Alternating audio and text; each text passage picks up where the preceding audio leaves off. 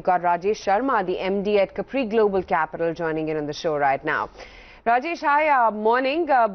Just looking at your earnings performance, while your Q4 profits have shown a very strong growth, and FY19 also has been better than the previous year, what would you say have been the key performance drivers? And do you think this kind of performance is something that you'll be able to maintain or perhaps even better in the next few quarters?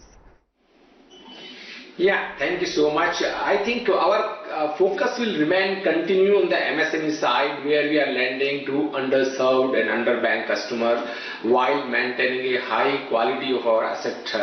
And our focus is on the small ticket size of MSME and housing finance, which takes care of the good asset quality. We have grown last year, as compared to our last year AUM of about 28 billion rupees, we have grown to 41 billion of AUM, which means a 45% growth. We feel that this segment of MSME and affordable housing segment offers a high growth opportunity, and we are quite confident to grow this year also almost about 40 to 50%. Okay.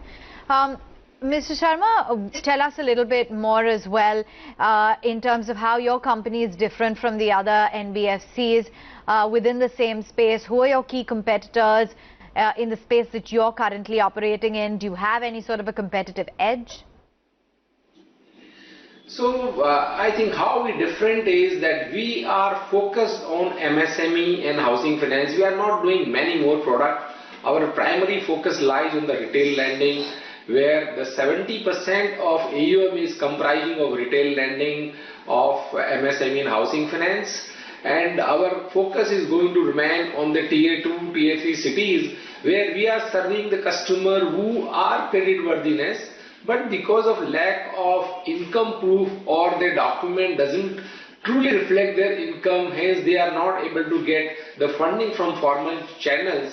That is going to be our focus area.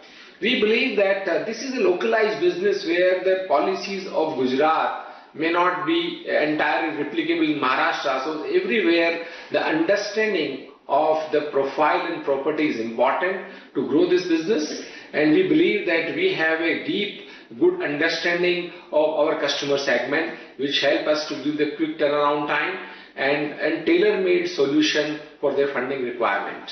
And that is our edge. Sure.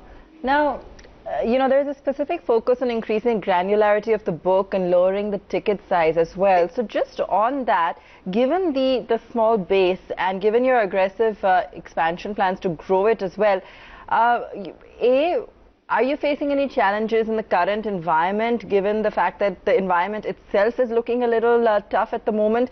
And also, when you're looking at this expansion, which are some of the geographies, for example, that you're looking at opening new branches in, for example? How will the product mix also shape up going forward? Yeah, so our focus is, as you asked about granularity, our average ticket size in MSME is about 15 lakh rupees per customer. In housing segment, it is about 10 lakh rupees per customer. Even our segment of construction finance, which is we are doing a very retail way of doing construction finance, where we are serving the small developer in average ticket size about 8 crore rupees. And we also serve in small way lending to small MFI, where the average ticket size is about 1 crore rupees. So this granularity is taking care of the risk and serving those customers again who are not getting the money from banking channels.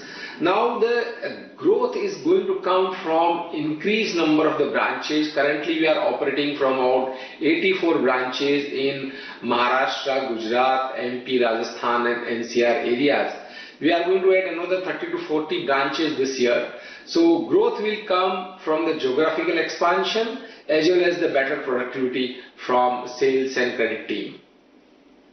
I also wanted to understand, Rajesh, if you would be targeting any inorganic growth. Inorganic growth, while we are not evaluating any opportunities, as you said, the sector is looking difficult for the small capitalized companies. If some opportunity come, we'll be open for that, but we are not looking aggressively in the market. Now, asset quality has shown improvement as well.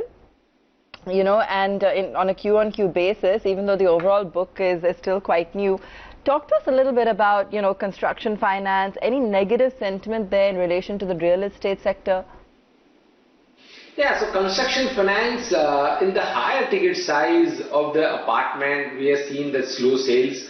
So our entire strategy is to fund those developers who are tier 2, tier 3 cities and building the small building of 4 to 7 stories where underlying apartment selling price are not beyond 60 to 70 lakh rupees. Hence, they are little better moving and fast moving. And our entire strategy is to give the construction finance linked to the progress and linked to the sales of the project. Hence, this strategy is proving better, and we have seen that our delinquency are less than 0.20, which is the best in the industry. Our collection with these small developers is proving to be right. Our escrow mechanism and other things.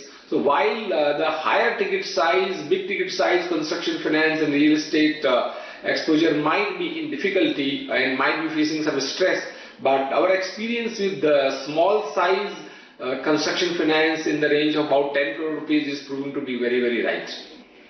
Right. Now, the promoter holding stands at about 74.9%. Will you be subscribing to the rights issue?